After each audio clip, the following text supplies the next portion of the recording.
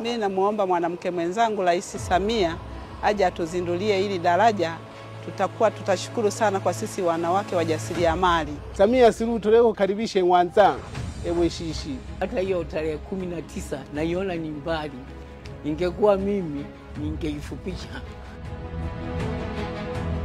Sasa tunamshukuru sana mama na tunaomba afike ili tuepukane na hii hadha changamoto za hapa. Ujio wake sisi tunaupokea. Tukiwa kama wananchi tunasupport afike na sababu anakuja kufungua daraja la kimkakati. Tarehe 19 watu wamesubiri daraja kwa hamu. Watu wamesubiria Mama Samia aje afungue daraja. Mama Samia tulekolomba sana uize utofungule daraja tarehe 19 mwezi wa 6. Tulelomba sana ila byakete mjini raha kweli. Leo karibisha kwa shangwe. Kwa hamu kubwa tulekolomba. Usike hizo utofungule daraja lise. Karibu sana mzungu, Mheshimiwa Rais asifiwe.